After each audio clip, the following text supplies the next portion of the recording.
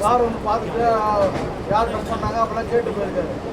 என்னடா நீ பண்ணுறது நீங்கள் அப்படி பார்த்தா பிடிச்ச ஓட்டு மார்க் ஓட்டு அது ஸ்டாண்ட் நம்பர் 6 இருக்குது.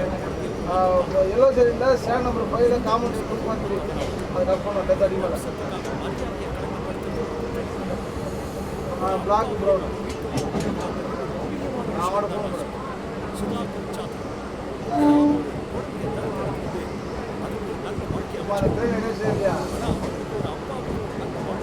அங்கே போட்டியா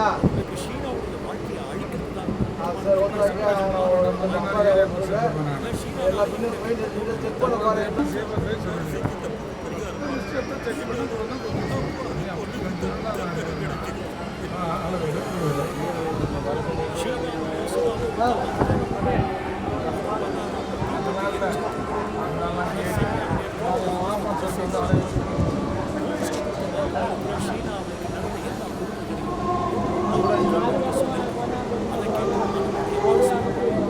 இறங்குறீங்களா?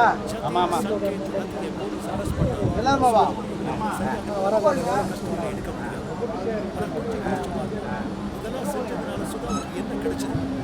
மனுஷனை உயிரோடு இருக்கிறது இருக்கிற வலி அதுக்கு வாழ்க்கையில எந்த விதமான யோசிக்கலாம். அப்படி என்னதான் அஷீனா அவன் கண்ட கனவு எல்லாமே அந்த நெருப்பிலே வந்து பொசிங்கிருச்சு. விளையாடுற கையை அந்த நெருப்பை சுத்திடும் சொல்லுவாங்க. சுதா அந்த நெருப்போட விளையாட முயற்சி செஞ்சாங்க. அந்த நெருப்பு அவங்களையே சுட்டுடுச்சு. இதோட நான் Girish Jai, India. We oppose objectification of women, but how about those who are not women? How about the Olympic champion Neeraj Chopra? How about a female interviewer and her female colleagues performing a dance in front of him during a video interview? Recently, Neeraj Chopra was video interviewed by a radio jockey who, along with several other females, decided to perform a dance in front of the athlete on a Bollywood song. The words of the song go like this: Uden jab jab zulfen teri, kavaryon kadil machle. It is not yet clear what the true intention of the radio jockey and her colleagues was, but the question is if these kinds of acts objectify sports people like Neeraj Chopra or others who would rather want to be known for their achievement in sports. In this particular case, Opinions were divided. There were those who found it funny, but a large number of netizens criticized this. Several netizens on Twitter even asked how it would look if, instead of Niraj, it was a female athlete being interviewed by a male journalist who would perform a dance with his male colleagues singing a Bollywood song. Wouldn't that be disrespectful, embarrassing, or uncomfortable for the female athlete? But as far as reversing genders in a given scenario is concerned, we can easily have many uncomfortable situations. Allow me to mention one example that almost everyone else seems to have ignored.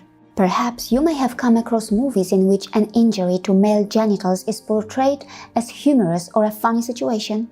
Not only that, if you are watching those kinds of scenes with females, don't be surprised if you notice female viewers giggling or laughing while watching those scenes. Even in public spaces like cinema halls, you may hear females giggling or laughing while watching scenes in which a male has received a traumatic blow to his private parts.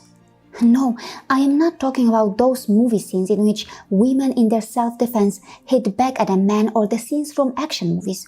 I'm talking about the movie scenes in which a man has accidentally received a blow to his private part, and as viewers, we are supposed to receive that as something funny or normal.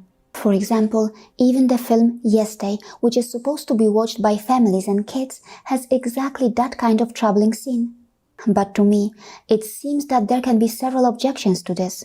Why do these movie makers portray the injury to male private parts as something funny? And how would it look if we reverse the genders there? In the context of an injury to private parts, can you imagine how angry we would be if males laughed in a cinema hall watching an injured female on the screen? Yes, it is true that for generations many women around the world have lived in conditions which have largely given the power and control to men. But if we truly want to create a well-balanced, healthy society, can we afford to ignore misandry and what they term as reverse sexism? There is nothing wrong in opposing patriarchy and the institutions that systemically oppress women, but in that fight, let us not forget that we need both men and women to participate, and we need an environment that is fair and just to all, regardless of their gender. See you again.